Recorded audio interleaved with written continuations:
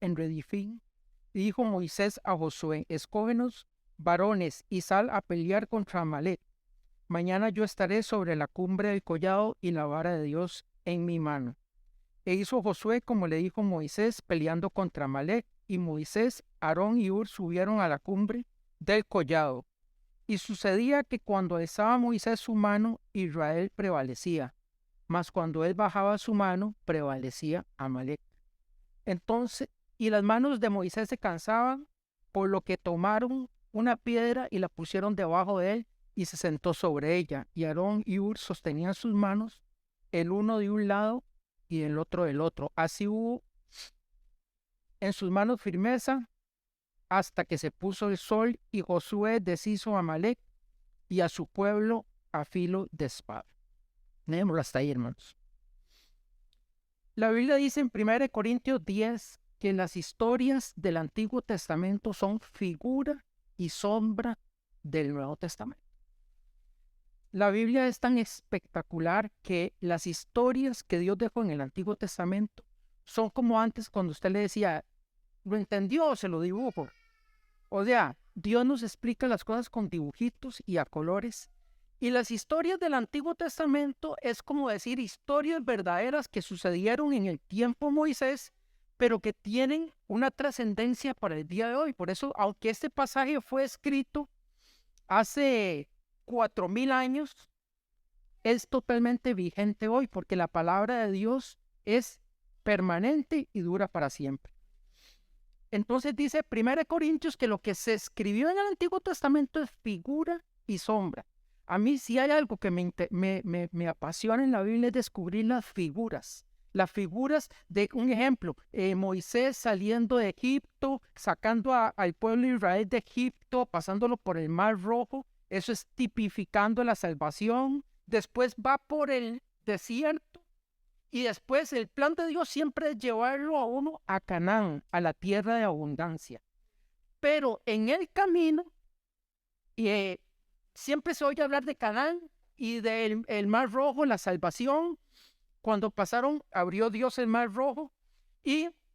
Pero lo que a veces no explican muchos pastores son los detalles que hay que pasaron en el desierto. Inmediatamente cuando sale Moisés y saca al pueblo de Dios de Egipto, días después, Israel tiene una guerra contra Amalec.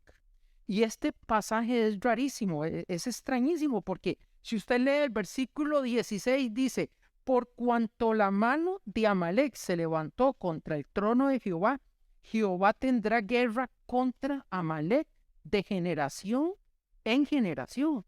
Entonces, ¿por qué Dios va a tener guerra contra Amalec? Si Josué llegó, destruyó a Amalec y ya se terminó. Pero dice ahí el versículo que Dios va a tener guerra contra Amalec de generación por los siglos de los siglos. Entonces, ¿qué significa Amalec? ¿Qué es Amalec en la Biblia? Entonces, si usted quiere, vamos a Génesis capítulo 36. Y ahí vamos a comenzar a descifrar quién era Amalec.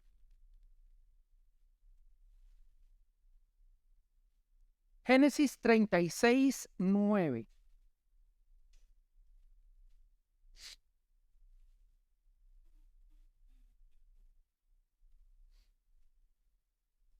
Génesis 36, 9 dice, entonces los hijos, estos son los linajes de Esaú, padre de Edom, en el monte de Seir. Estos son los nombres de los hijos de Esaú.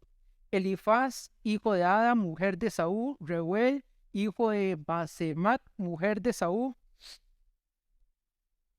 Y los hijos de Elifaz fueron Temán, Omar, Sefo, Gatán y Cenaz. Y Timna fue concubina de Elifaz, hijo de Esaú, y ella dio a luz a Amalec. Estos son los hijos de Ada, mujer de Esaú. Me imagino que entendieron como yo. Eso es un enredo de nombres. Nadie entendió nada. Pero lo que quiere decir ese versículo, esos 2, 3 versículos, lo que quiere decir es que Amalec era nieto de Esaú.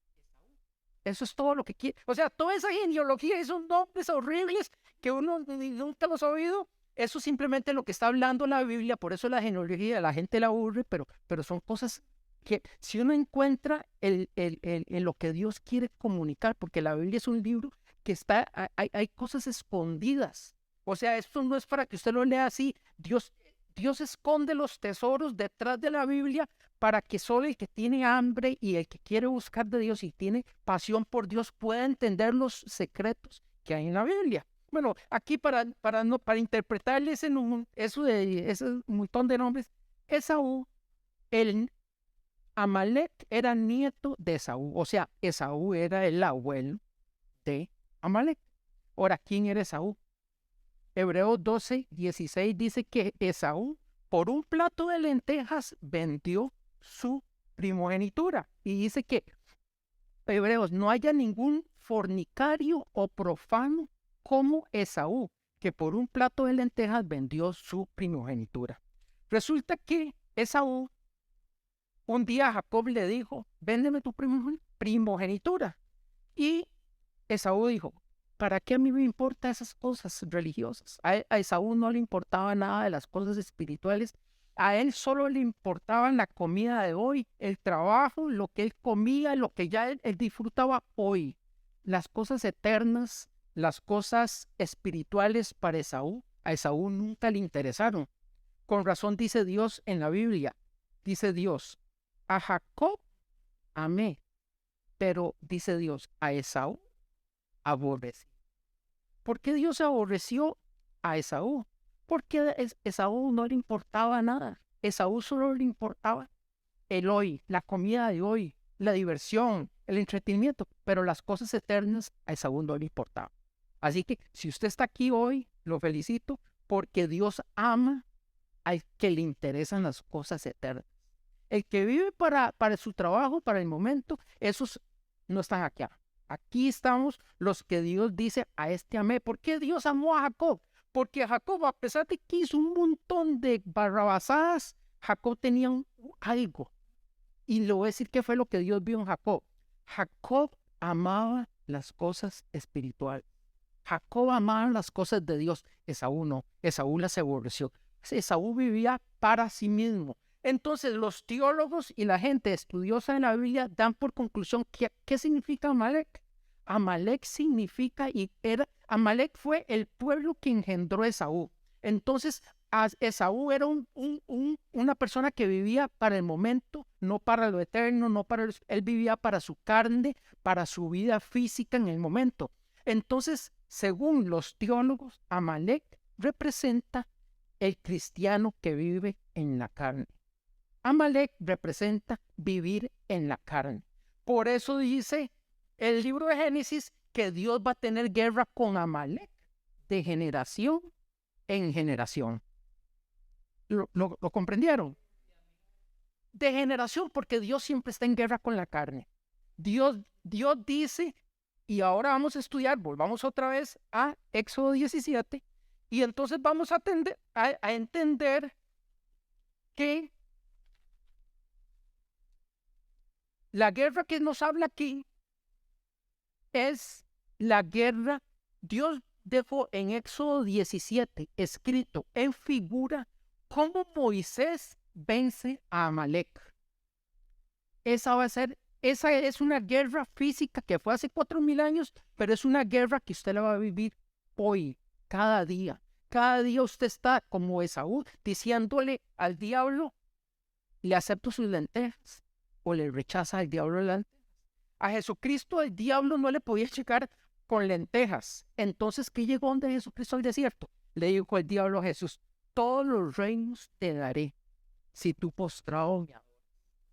Esaú se fue como pollo por lentejas, una comida que duraba 1 hora y 2 horas después iba para la letrina y terminaba. A Jesús le ofrecieron todos los reinos de este mundo y Jesús dijo, al Señor tu Dios adorarás y solo a Él servirás. Jesucristo le ofrecieron todos los reinos, pero hay gente como Esaú que con un platico de lentejas el diablo se los lleva. Se los lleva.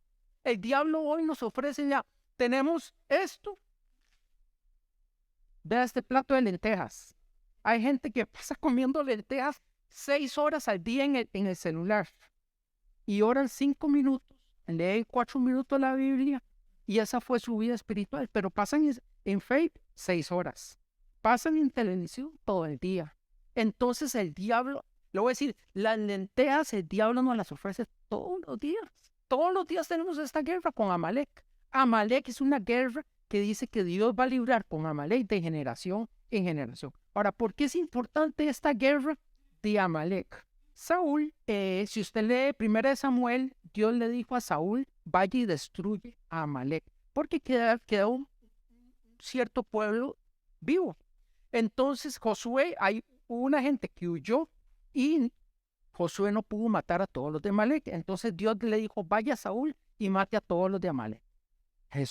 Saúl se viste, se va con las armas, se va con el ejército y comienza y hace una matazón de Amalek.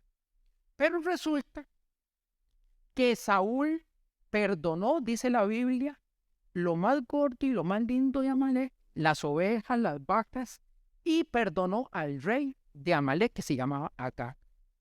Entonces cuando Samuel vio eso, dijo, ¿qué es este bramido que yo oigo a estas vacas que están muriendo? Dios no le dijo que matara a Amalek. Y entonces Saúl se avergonzó y vio que había dejado. Entonces dice, ¿por qué hiciste esto? Jehová te ha desechado para que ya no sea el rey. Dios es tan estricto que desechó a Saúl porque no mató a Amalek. Cuando usted no mata a Amalek, porque Amalek se mata en el desierto, es el pueblo que sale de Egipto y Amalek se le aparece a Israel en el desierto. Si usted no mata a Amalek, usted nunca va a poder disfrutar Canaán. Canaán es la vida de abundancia. Entonces, cuando usted no mata a Amalek en su vida, usted ni se vista porque para usted no es la fiesta. Usted es un hijo de Dios, si se muere va al cielo. Pero aquí en la tierra no va a disfrutar la bendición de Dios. ¿Por qué no va a disfrutar la bendición de Dios? Porque usted no mató a Amalek. Usted va a morir, como dice 1 Corintios 10, usted va a morir postrado en el desierto. Si se muere porque usted recibió a Cristo, recibió la vida, usted va a ir al cielo. Usted es un hijo de Dios. Usted es un poderoso hijo de Dios. Pero en esta tierra no va a disfrutar las bendiciones de Dios porque usted no tuvo el valor de matar a Amalek. Entonces no, ni se vista para la fiesta de este mundo, porque aquí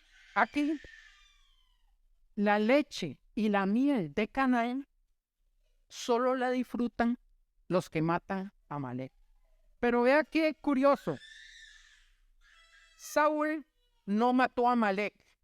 Años después va a la guerra y pierde la guerra y él sale huyendo y vienen unos caballos detrás de él, flecheros, y ya están a punto de matarlos. Y dice Saúl, dice 2 Samuel capítulo 1, que en la desesperación ya sabía que lo iban a matar y él no quería caer en manos del enemigo. Entonces dice que Saúl se echó en su propia espada, pero tan buena suerte que se la clavó mal. Entonces no murió, quedó ahí, pero quedó vivo. Y dice que pasó por ahí una amalecita y donde lo vio así, le dijo, mátame. No, le dijo al escudero. Y el escudero no quiso. Entonces el amalecita lo vio y lo mató. Porque lo que usted no mate, el Amalek que usted no mate, ese mismo Amalek lo va a destruir a usted. El Amalek que usted no mate en el desierto, en la vuelta, ese Amalek se le va a volver a usted. Y ese Amalek no va a matar a usted. Resulta que Amalek, ese amalecita, mató a Saúl. Si usted no tengo tiempo de leer todo, 2 Samuel capítulo 1, es una historia larga, es todo un mensaje. Y usted puede leer que el amalecita lo mató y dice que le cogió la corona y la argolla. Porque Amalek lo que quiere es su corona y quiere su autoridad. La corona, Amalek lo que quiere es robarle la bendición de Dios en su vida. O sea, eso es tan importante, tan trascendente, que si usted no mata a Amalek, el mismo Amalek dice que le quitó, el amalecita le quitó la corona a Saúl, no, perdón, sí, le quitó la corona a Saúl y después se la llevó a David. Y David dijo, ¿usted qué hizo? Yo maté a Saúl porque vi que estaba muriéndose y lo rematé. Le di cuenta de la amalecita a David. Y David dijo, ¿no tuvo temor de matar al ungido de Jehová? No, lo mataste. Y David se lo echó, lo mató. Pero Amalek, ¿qué es lo que hizo la amalecita? Le quitó la corona a Saúl. O sea, vean lo lindo de la Biblia, que todas las historias de la Biblia tienen, o sea, uno las lee y qué bonito, pero no entendió nada. Entendió la historia, pero no entiende la aplicación. ¿Me entiende? Y eso es lo lindo de la Biblia.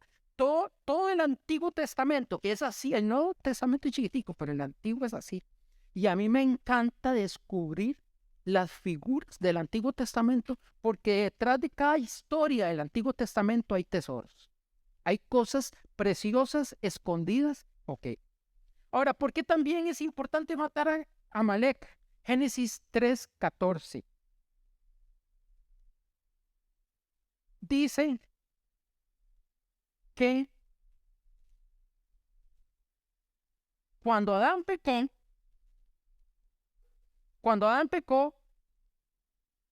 Dios maldijo porque pecaron y Dios maldijo a la serpiente. Seguro la serpiente se caminaba de pie y le dijo, por cuanto esto hiciste, le dijo Dios a la serpiente, dice, sobre tu pecho andarás. O sea, la tiró al piso y le dijo, polvo comerás todos los días de tu vida. Entonces, Dios le dio una sentencia a Satanás. La serpiente era el diablo. El diablo se metió en una serpiente y fue el que tentó a. Entonces le dijo Dios a la serpiente, polvo comerás. Ahora resulta que Dios hizo al hombre esto, lo hizo del polvo, los hizo del polvo. Entonces, ¿qué es lo que le está diciendo Dios a Satanás? Que Satanás va a tener una comida. Y la comida de Satanás va a ser los que caminan en el polvo. ¿Entendieron? Los que caminan en la carne van a ser la comida de Satanás. Si yo vivo en la carne, ¿qué es vivir en la carne? Bueno, Romanos 8 fácil nos dice, los que son de la carne piensan en las cosas de la carne, porque el ocuparse de la carne es muerte, pero el ocuparse del espíritu es vida y es paz. ¿Qué es andar en la carne? Andar en el espíritu no es andar así. Es estar pensando en las cosas profundas de la palabra de Dios, es estar orando, estar adorando. Eso es vivir en el espíritu, en lo que usted se ocupa todo el día. Si usted se ocupa todo el día en plata y en negocios y esto, hermano, a mí el diablo me engañó con mi negocio durante muchos años. Y yo estuve esclavizado, sirviendo, haciéndole las pirámides a Egipto, en un trabajo de 6 de la mañana a 6 de la noche, solo pensando. Llegaba y sí, oraba y buscaba de Dios, era cristiano. Pero el trabajo me tenía tan, y yo era tan, ¿cómo es? Pensaba, bueno, si yo no trabajo, ¿de qué voy a vivir? Y viví en la carne muchos años. ¿Por qué? Porque el diablo es mentiroso. Y él dice, él quiere usted tenerlo ocupado en las cosas del mundo. Porque él dice, si yo no tengo, aunque sea hijo de Dios, hermano, aquí no estamos hablando de salvación. Estamos hablando de guerra espiritual. O sea, yo no estoy hablando de, si usted se muere y usted aceptó a Cristo, hermano, gloria a Dios, usted se va al cielo. Pero una cosa es el cielo y otra cosa es la batalla que tenemos aquí. Eso es otro tema. O sea, la batalla, la guerra espiritual que tenemos. Yo me acuerdo cuando, hermano, yo estaba trabajando en un negocio, el diablo quería a mí matarme. Y yo les he contado por algunos, por encima del testimonio. El diablo a mí todos los días en la madrugada me decía, te voy a matar, te voy a matar, te voy a matar, porque a mí me dio una neuropatía diabética. Y el diablo me decía a mí, te voy a matar, esa neuropatía te va a matar. Yo lloraba, yo no podía acostarme en la cama porque la diabetes me jodió todos los nervios del cuerpo, y donde yo me acostaba, los nervios a donde me apoyaba en la cama, hasta que me pongo triste donde me acuerdo esos días, porque lloré muchas madrugadas orando, diciendo, Dios, por favor, espérese. Porque de verdad me acuerdo lo duro que yo pasé. Yo pasé cosas muy duras. Y el diablo, el, el diablo no me decía, yo sentía que era la enfermedad que me decía, te voy a matar, te vas a morir diabetes, ya te dio neuropatía, te voy a matar. Y eso todas las madrugadas me llegaba a mí a la mente. En esos tiempos, Dagoberto no lo sabe, pero él llegó. Yo todavía estaba traumado porque el impacto de mi enfermedad fue demasiado fuerte. O sea, yo nunca había sufrido una enfermedad tan terrible. Cuando yo me acostaba y yo apoyaba mi cuerpo y los nervios se me estremecían y yo sentía como que eran pinchazos en mi cuerpo, como que tocaba un cable de 110 y se me estremecía el nervio y yo sentía un estremecimiento. Entonces no podía dormir. Entonces yo me tenía que sentar en un sillón y comenzar a orar y a veces duraba hasta las 2, 3, 4 de la mañana orando con lágrimas, lleno de lágrimas. Y yo decía, Dios, sana, por favor, tu palabra dice. Pero yo todavía estaba creyéndole al diablo que Dios me iba que el diablo me iba a matar. En eso llegó Dagoberto a mi casa y me dijo, vengo a orar por usted, y oró. Y yo seguí igual de enfermo. Pero Dagoberto me dijo unas palabras. Es que yo le decía, Dago, esto me va a matar, esto me va a matar. Y Dago me dijo, si Dios te dice, si el diablo te está diciendo que te va a matar, el diablo es un mentiroso, que no te va a matar, él te está engañando. Y eso fue lo que me sanó. Mi mente cambió y yo dije, esto es entonces el diablo. Tiempo después, leí Hebreos 10:38 que decía, Dios ungió con el Espíritu Santo a Jesús de Nazaret y como éste anduvo haciendo bienes y sanando a todos los oprimidos por el diablo, porque Dios estaba con él.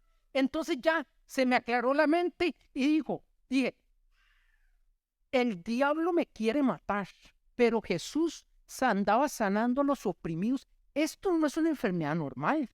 Esto es una enfermedad satánica en mi vida y yo soy un hijo de Dios. Y entonces fue cuando ya mi mente se despejó y aunque seguía igual de enfermo, me agarré de la palabra de Dios, le creí a Dios y Dios, por su misericordia, vea cómo estoy.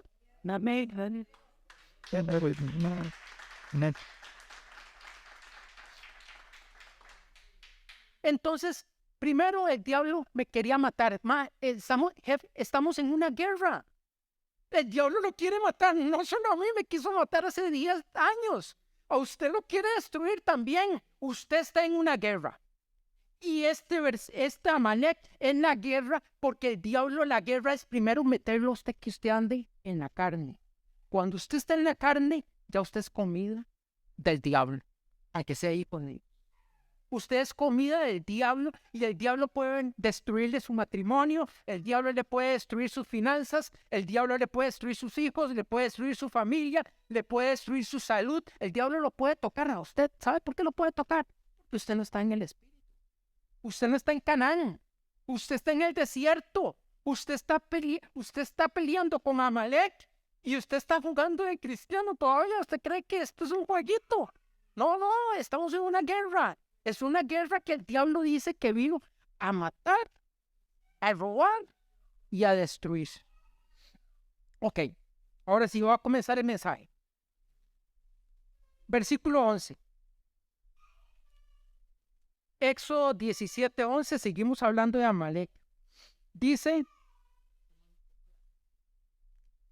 versículo ya todo, 17:11.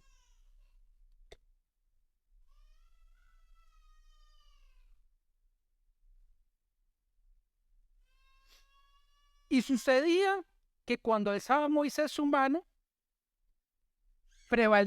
Israel prevalecía, mas cuando él bajaba su mano, prevalecía Amalek.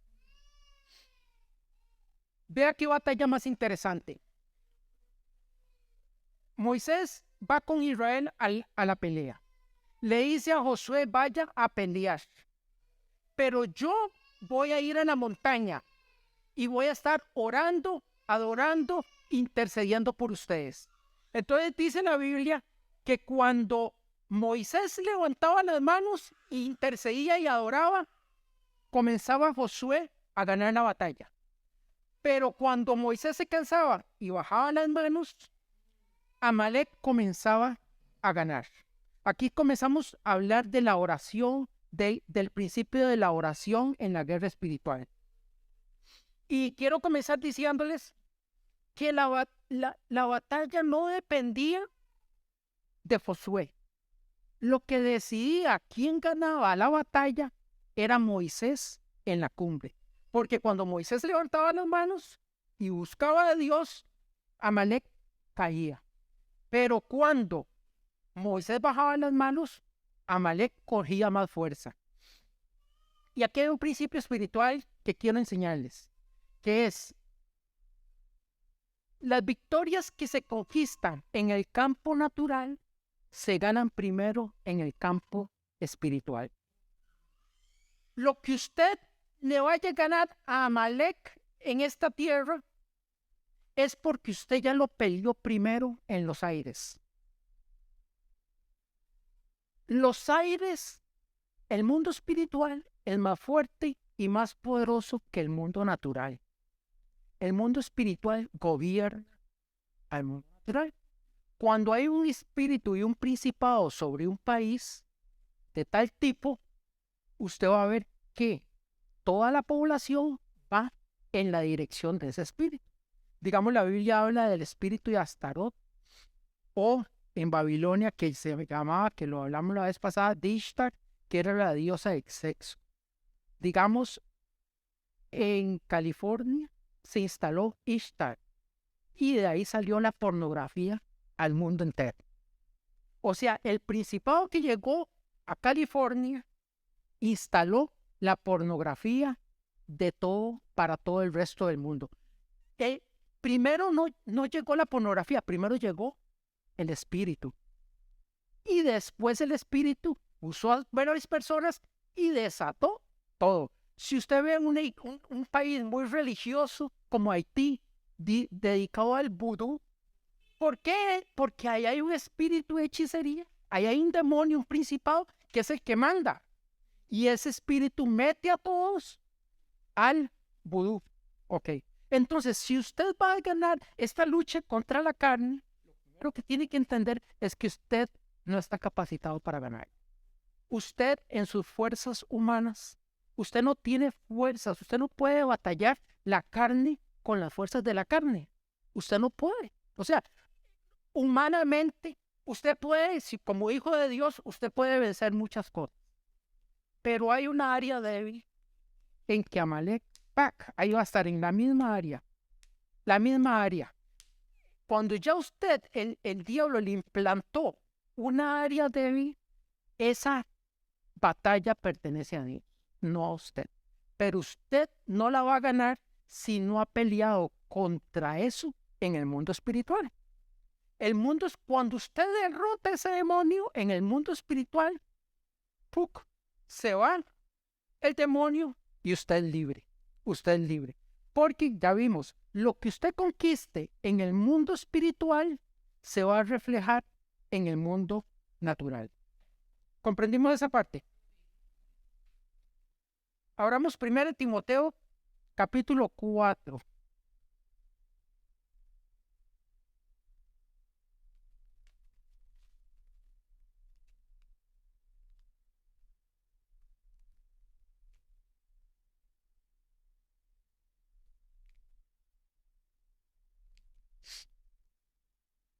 ¿Quién me lo quiere leer? 1 Timoteo 4:7.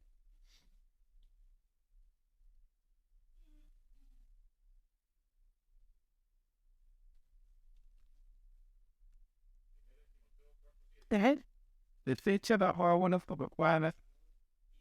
Yeah. Sí, para la.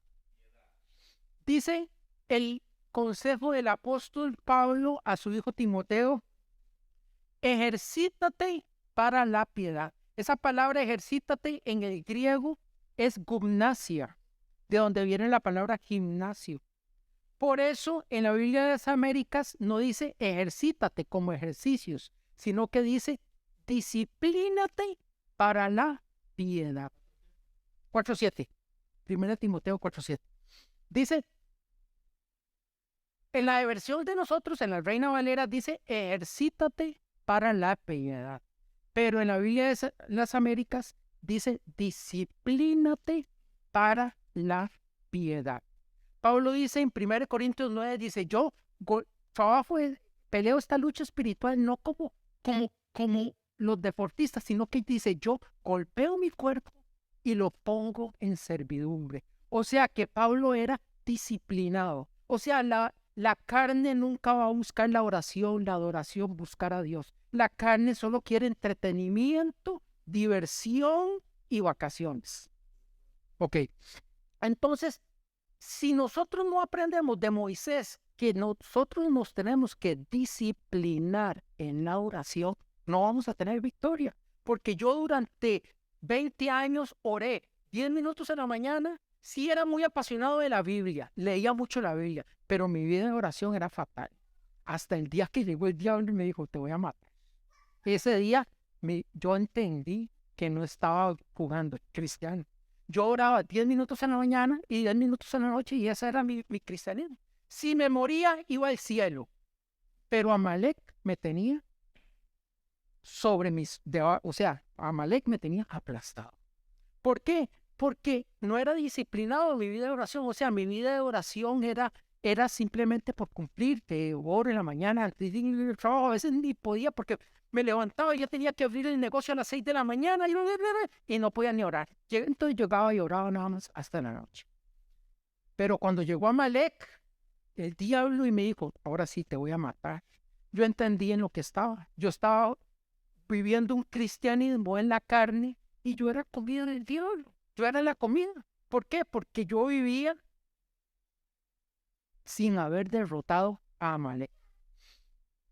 La recompensa de una vida disciplinada de oración es la libertad. Si usted tiene una vida disciplinada en oración, la recompensa es la libertad. Usted no va a ser libre, siempre Amalek va a dominar, sus áreas débiles van a siempre surgir, nunca las va a vencer, porque usted no tiene una vida disciplinada de oración. Entonces, si usted ve, un ejemplo claro es Pablo y Silas en la cárcel. Pablo y Silas los garrotearon. Por predicar el evangelio los metieron en la cárcel y les dieron una leñateada. Los metieron en el cepo, que era un aparato donde le metían las manos, le metían aquí la cabeza y estaban así, garroteados, mal comidos, con hambre. Pero dice que a mí me arrebata Pablo y Silas porque en la cárcel, garroteados, sangrando, con hambre, y dice que a medianoche, ¿qué hacían? Cantaban y oraban y alababan a Dios. Eso es disciplina, hermanos. ¿Qué nivel? O sea, entonces, ¿qué es lo que pasó? Por medio de esa disciplina dice que hubo un terremoto y la cárcel se abrió.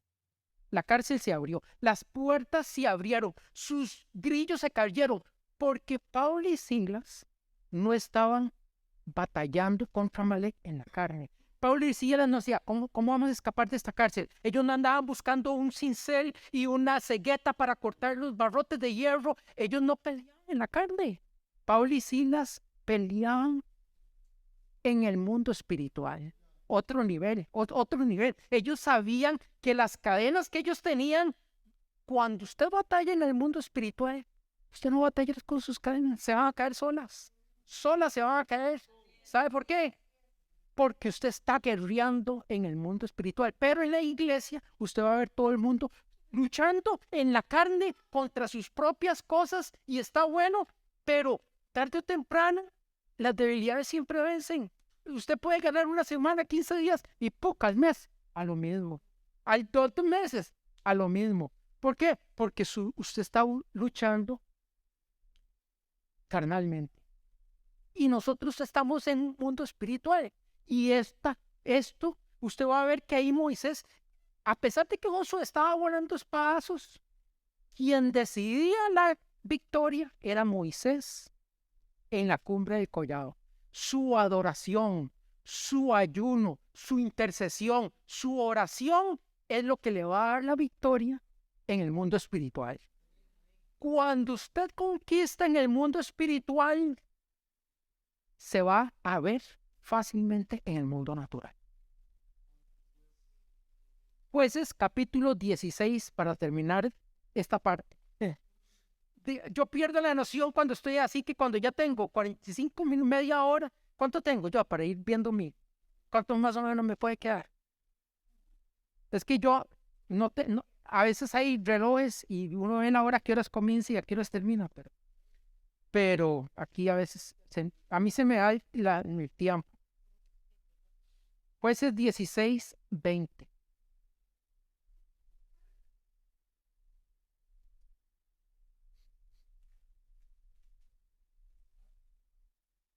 Hermano, Sansón, quiero hablarles de Sansón porque es el ejemplo típico de alguien que vivió toda su vida en la carne.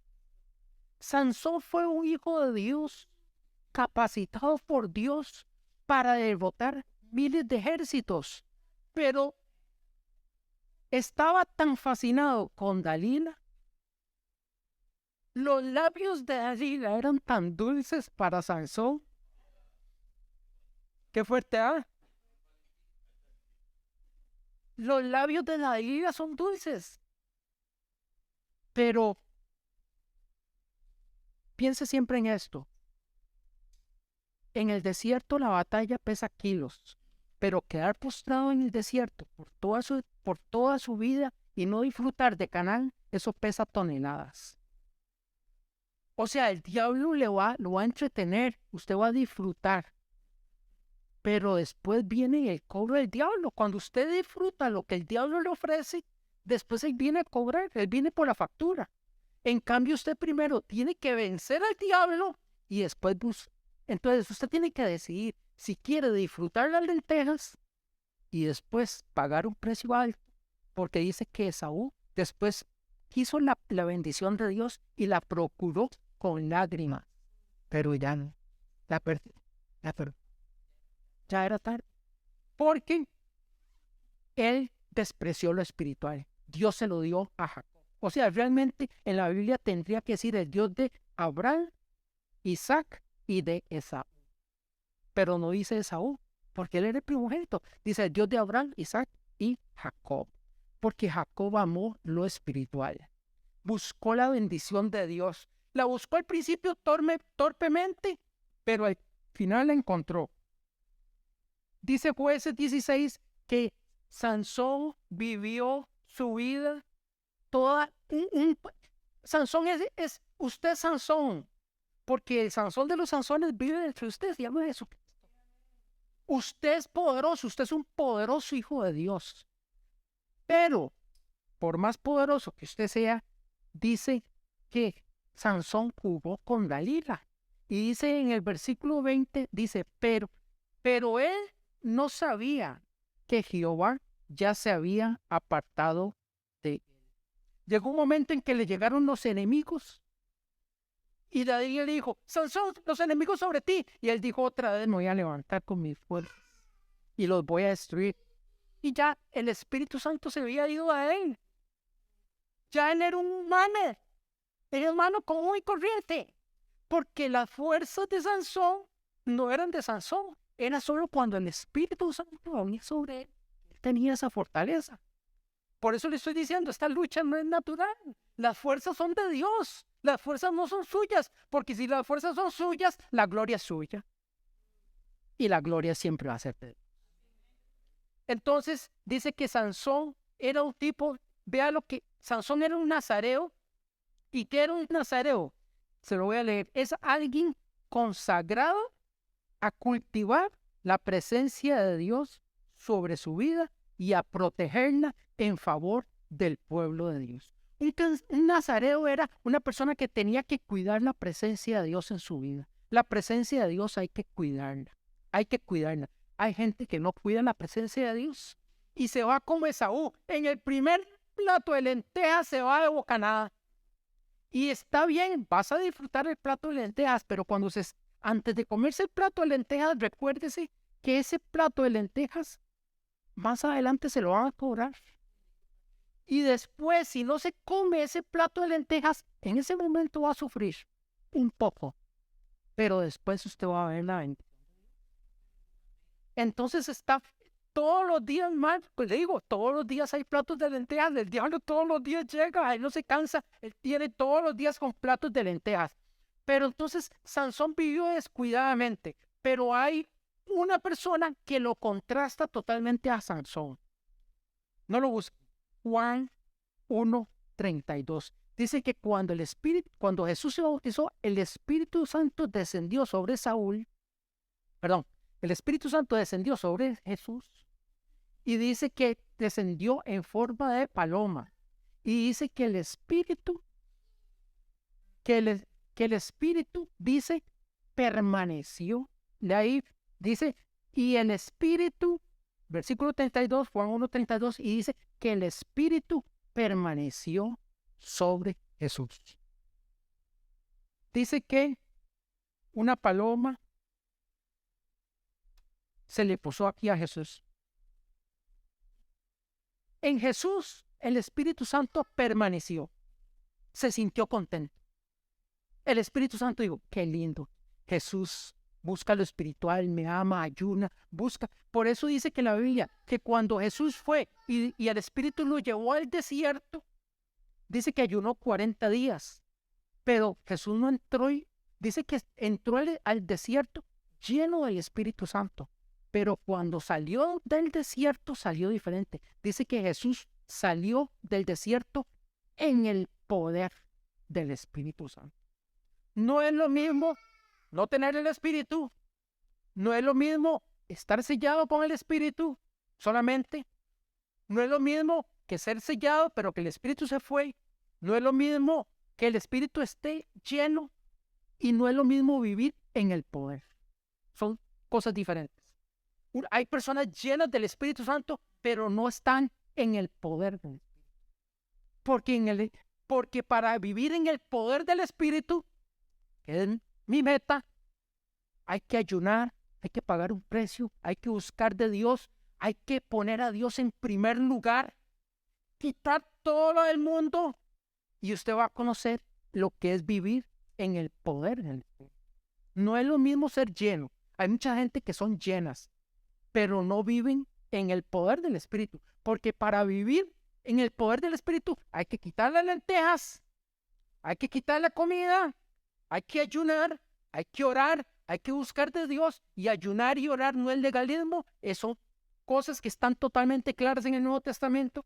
Y cuando usted busca de Dios de esa forma, por eso dice la Biblia que el reino de Dios sufre violencia y los violentos lo arrebatan.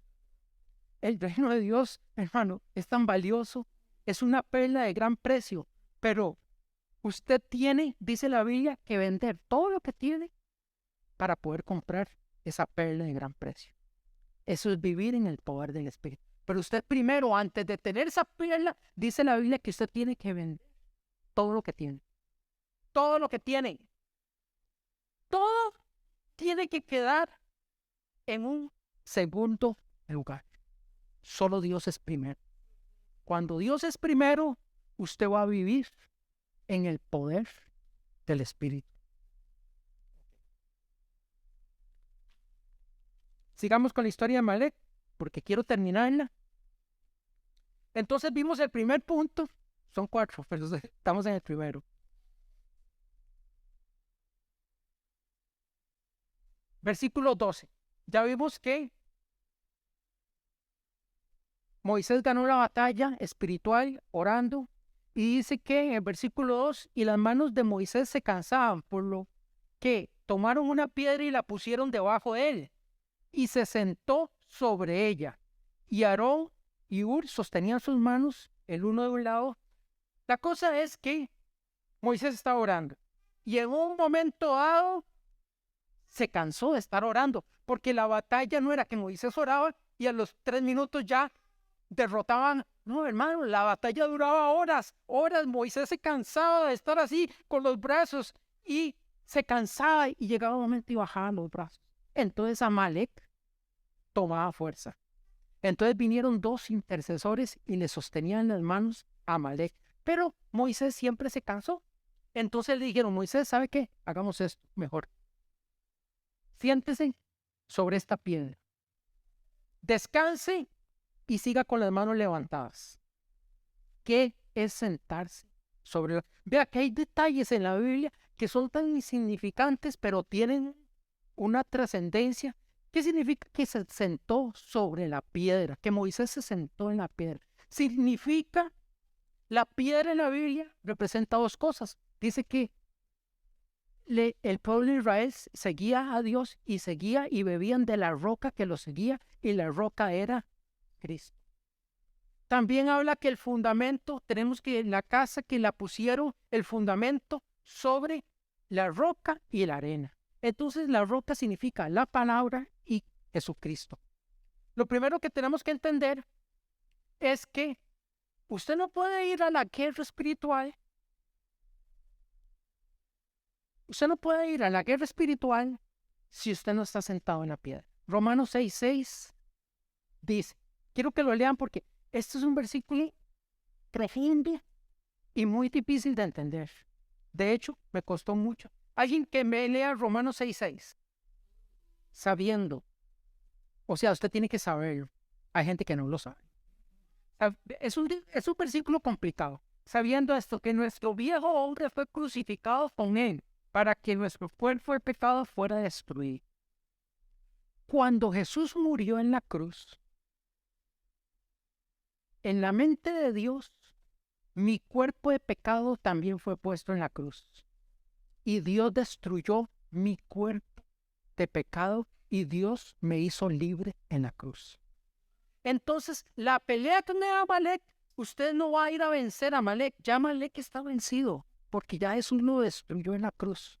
Pero usted tiene que entender que ya eso es un hecho pasado de hace 2000 años. Cristo en la cruz del Calvario destruyó, pero yo tengo que pelear la pelea espiritual, pero ya Amalek está vencido. O sea, no hay duda de que usted puede vencer esto. Usted lo puede vencer, porque ya Cristo lo venció para usted. Porque dice, sabiendo esto, que nuestro viejo hombre, el viejo hombre en la carne, mi viejo hombre no dice, yo voy a vencer la carne, no. Ya yo vencí la carne en la cruz hace 2000 años. Por eso dice Efesios 1:3, que Dios nos bendijo con toda bendición espiritual. Ya usted está en Cristo usted está totalmente bendecido. Usted es un bendecido. Ya usted, si usted quiere no llega, hermano, Dios le bendiga. No, hermano, bendecido. Usted es un bendecido. Usted es un poderoso hijo de Dios. Entonces, Romanos 6:6 dice que nuestro viejo hombre fue crucificado. También dice la Biblia, mas a Dios gracias que nos da la victoria por medio de nuestro Señor Jesucristo. También si usted lee Romanos 7, dice que Pablo luchaba con la carne. Él tenía una lucha con la carne y dice, qué maldición, porque la Biblia habla que la carne es una ley. Una ley. La Biblia habla de la ley de la carne. Es como la ley de la gravedad. Usted si pone esto acá, esto va para abajo, porque la ley de la gravedad es en todo el mundo. Siempre la carne nos va a tirar para abajo. Es una ley. Por eso, como es una ley, usted no puede vencer. Usted tiene que remontarse al nivel espiritual para poder vencer la ley de la carne. Pero esa ley ya Cristo en la cruz la venció. Entonces, cuando yo voy a la guerra contra Amalek, yo no voy a vencer. Ya yo voy como un vencedor. Yo sé que yo no voy a ver si acaso Dios me da la victoria. No, la victoria yo ya la tengo hace 2000 años. Pero usted lo tiene que saber. Si usted no se lo da a Dios por revelación de que usted ya tiene la victoria, entonces usted va a decir, no, esta adicción yo no la puedo dejar. Tengo muchos años, yo no puedo dejar esta adicción. ya usted está con la mente derrotada. Ya usted, en su mente ya usted fue derrotado. Porque las adicciones son, como dice la palabra, adictivas. Y son humanamente. O sea, son muy pocas personas las que están atadas al alcoholismo, atadas a los cigarros, atadas a las drogas, que pueden liberarse de eso, porque es una guerra espiritual. Y la Biblia dice que Satanás a sus presos nunca abrió la cárcel. O sea, si usted no violenta al diablo, si usted no pelea espiritualmente, el diablo a usted no lo va a dejar. Usted se muere en la cárcel. Usted se muere comido por el diablo, postrado en el desierto. Entonces, la primera parte de descansar es descansar en Cristo Jesús. La segunda parte es descansar en la palabra. Segunda de Pedro 1:19. Versículo segunda de Pedro 1:16. Y aquí les voy a hablar que para vencer a Amalek, usted tiene que estar sentado en la piedra. Y de eso Dago es especialista, y lo voy a mencionar, pero esto lo he aprendido de Dago. Segunda de Pedro 1:16 dice, porque no os hemos dado a conocer el poder y la venida de nuestro Señor Jesucristo, siguiendo fábulas artificiosas, sino como habiendo visto con nuestros propios ojos su majestad. El 18.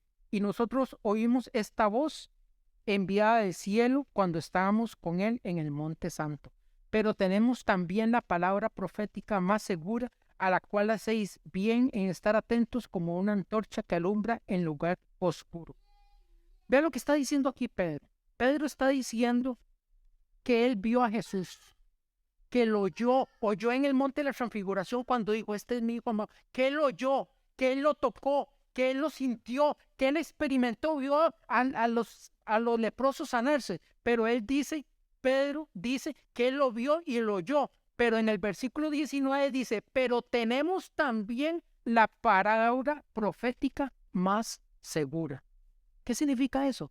Hermano, que esta palabra de Dios es más segura y más real que lo que usted ve y lo que usted toca.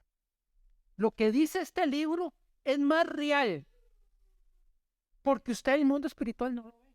Usted nada más que ve, esto es un púlpito, yo lo toco. Pedro dice, nosotros tocamos a Jesús, nosotros lo vimos, lo oímos sus enseñanzas, dice Pedro, pero no, tenemos la palabra profética más segura. Cuando usted se para en la victoria de Cristo, esto es su victoria. Esto es más seguro que sus ataduras, que sus debilidades, que sus adicciones, que cualquier cosa, que su boca, todas las tendencias de la carne, porque son muchas y todo el mundo tiene diferentes. Pero cuando usted se para en la palabra de Dios, la palabra de Dios a usted es la palabra profética más segura, que le dice a usted que usted tiene una victoria segura. ¿Por qué? Porque esa victoria no es lograda por usted. Usted lo único que hace es pelear como Moisés en las alturas.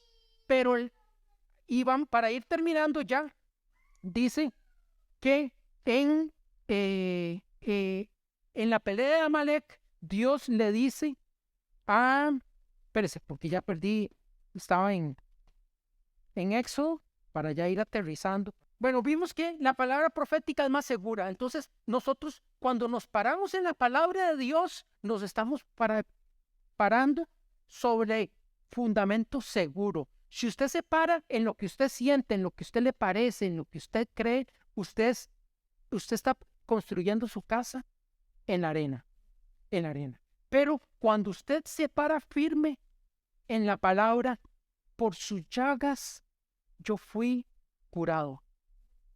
Esa palabra para mí era chiquitica, porque el diablo me gritaba, diabetes, neuropatía diabética, el diablo me gritaba. Y yo leía, por sus llagas yo fui curado. Pero yo sembré esa palabra y la palabra crecí. Y después llegó un momento que el diablo me dice, "Ay, diabetes, diabetes". Y yo me acuerdo que yo decía con lágrimas en los ojos, por su llaga yo fui curado, por su llaga yo fui curado. Y no solté la palabra. Y poco a poco, por sus llagas, yo fui curado, comenzó a crecer. Hermano, este proceso no duró un mes, duró 1 año y resto. Por su llaga yo fui curado.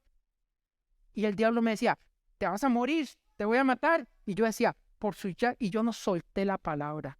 Porque yo dije, la palabra de Dios es más segura de lo que yo veo y lo que yo oigo. Sea Dios veraz y todo hombre mentiroso. Para terminar, ¿por qué es importante confesar la palabra? Dice el versículo 13, y Josué deshizo a Amalec y a su pueblo a filo de espada. La palabra de Dios es la espada del Espíritu. Usted cuando está peleando con el diablo le está mintiendo, usted tiene que decirle como Jesús, demonio, escrito está. Usted tiene que defenderse. Primero se defiende elevándose en oración. Y cuando ya usted está elevado en oración, use la palabra. Porque hay gente que confiesa la palabra, pero no está bajo la unción. Entonces la palabra no es una varita mágica. Dice que Génesis 1, que había un caos en la tierra. Y dice que ¿cómo Dios ordenó el caos? Dice que había caos en la tierra. Dice que el Espíritu de Dios se movía sobre la faz de las aguas. Aquí había caos y el Espíritu Santo estaba sobre la faz de las aguas. Y nada pasaba. ¿Por qué? Porque fue hasta que dijo Dios, sea la luz, pase esto, sea esto, que el poder del Espíritu y la palabra trajeron orden al caos que había en Génesis. Ok, esos son los dos agentes que Dios va a utilizar para restaurar su vida. La unción del Espíritu, la guerra espiritual, y cuando el diablo lo ataque, dígale, usted tiene que buscar qué dice la Biblia de su problema. Si usted no sabe qué dice Dios de su problema, usted está desarmado. Si usted tiene que saber qué dice Dios de su problema. Yo descubrí, cuando estaba enfermo y el diablo me quería matar, yo descubrí que la Biblia dice, por su llaga yo fui curado. Y lo creí y lo guardé. 1 año lo guardé en mi corazón. Seguía durmiendo mal. Ya me mandaron después de pastillas, me comenzaron a mandar que me inyectara y ya controlé un poquito la diabetes, pero la neuropatía me estaba arrasando y me decía todas las noches, te voy a matar, te voy a matar. Y yo le decía al diablo, por su llaga yo fui curado, por su llaga yo fui curado. 1 año. No piense que yo lo dije hoy en el Golfo ya estaba curado. No. Hay un tiempo de batalla, hay un tiempo en que hay que sacar la espada y no soltarla y decirle, diablo, por su llaga yo fui curado, por su llaga yo fui curado, por su llaga, diablo, usted no va a robar mis hijos, usted no va a tocar mi Dios suplirá todas mis necesidades conforme a sus riquezas en gloria. Diablo, usted no me puede, yo soy un poderoso hijo de Dios, usted no me puede tocar, dice. La Biblia dice en 1 Juan, y el maligno no le toca. No le toca. Entonces, si el diablo le está tocando por usted, es que usted es ignorante de lo que Jesucristo hizo por usted en la cruz. Usted es un poderoso hijo de Dios y no tiene que morir y estar arrastrándose por este mundo, llorando y quejándose y contándole a todos sus hermanos sus problemas. No, busque qué dice Dios en la palabra de su problema. ¿Qué dice Dios de mí?